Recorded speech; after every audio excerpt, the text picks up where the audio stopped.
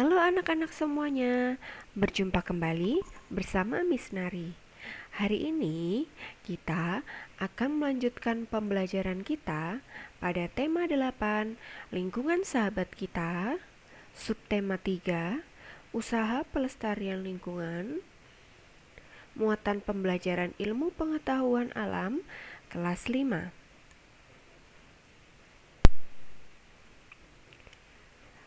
Air di bumi.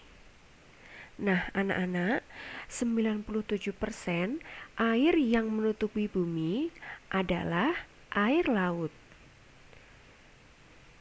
Sedangkan 3%-nya air di bumi merupakan air segar, yaitu air yang tidak asin dan dapat digunakan untuk keperluan sehari-hari.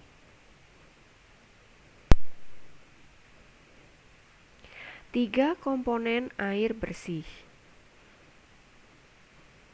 Persyaratan air bersih meliputi 3 komponen, yaitu persyaratan secara fisik, secara kimia, dan kandungan mikroba yang terdapat di dalamnya.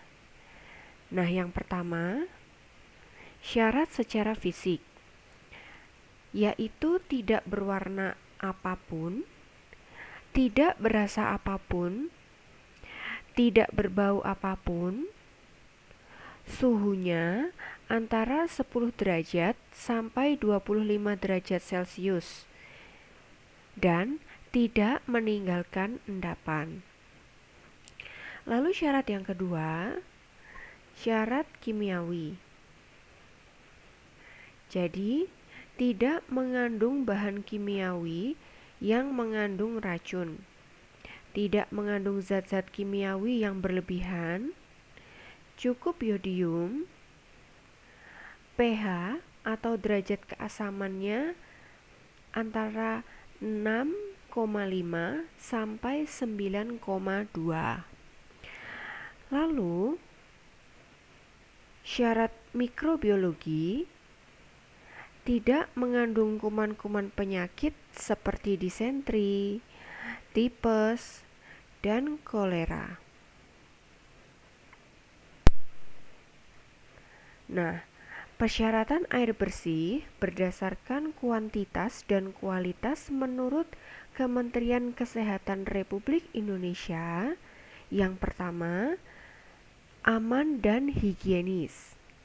Yang kedua, baik dan layak. Yang ketiga, tersedia dalam jumlah yang cukup. Dan yang keempat, mudah terjangkau oleh berbagai besar masyarakat.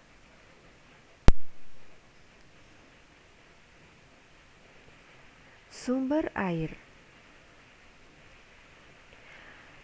Sumber air yang digunakan masyarakat berasal dari sumber air sungai dan sumur yang ditampung dalam tangki penampungan air yang ditambahkan sejumlah kecil gas klorin untuk membunuh kuman berbahaya.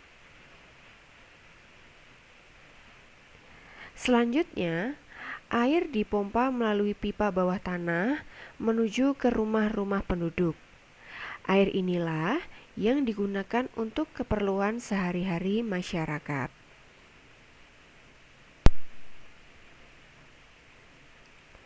Kualitas air. Kualitas air yang dapat digunakan untuk mencuci pakaian adalah harus jernih serta dapat melarutkan kotoran dan sabun. Ketika mencuci, sebaiknya tidak menggunakan air sadah. Air sadah adalah air yang mempunyai kandungan mineral tinggi. Jika digunakan untuk melarutkan deterjen, air sadah hanya sedikit menghasilkan busa. Akibatnya, kemampuan deterjen mengangkat noda pada pakaian akan berkurang.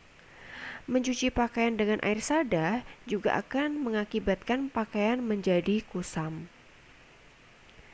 Kualitas air yang dapat digunakan untuk menyiram tanaman adalah air yang tidak mengandung zat kimia berbahaya bagi tanaman, misalnya deterjen. Namun, Kita dapat menggunakan air bekas cucian bahan makanan atau air hujan untuk menyiram tanaman.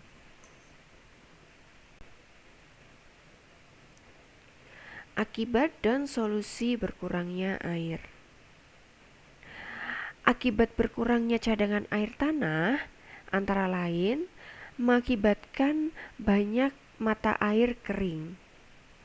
Lalu sumur-sumur gali pun cepat kering pada musim kemarau. Penduduk di daerah pedesaan kesulitan mendapatkan air bersih untuk keperluan sehari-hari. Hasil panen pun jauh berkurang karena tanaman pangan kekeringan. Nah, solusi yang dapat dilakukan: menghemat penggunaan air, membuat lubang resapan. Nah, lubang resapan digunakan untuk menampung air hujan supaya terserap ke dalam tanah. Lalu menanam pohon supaya akar-akar pohon dapat menahan air di dalam tanah. Sebab akibat kurangnya air bersih. Faktor-faktor apa yang menyebabkan persediaan air bersih berkurang? Yang pertama adalah polusi. Yang kedua, membuang sampah dan limbah di aliran air. Yang ketiga, berkurangnya pepohonan. Yang keempat, sedikitnya potensi penampungan air hujan. Lalu, global warming, pemakaian pupuk pestisida, dan yang terakhir, tumpahan minyak dari kapal-kapal pembawa minyak. Itu adalah faktor-faktor yang menyebabkan persediaan air bersih berkurang.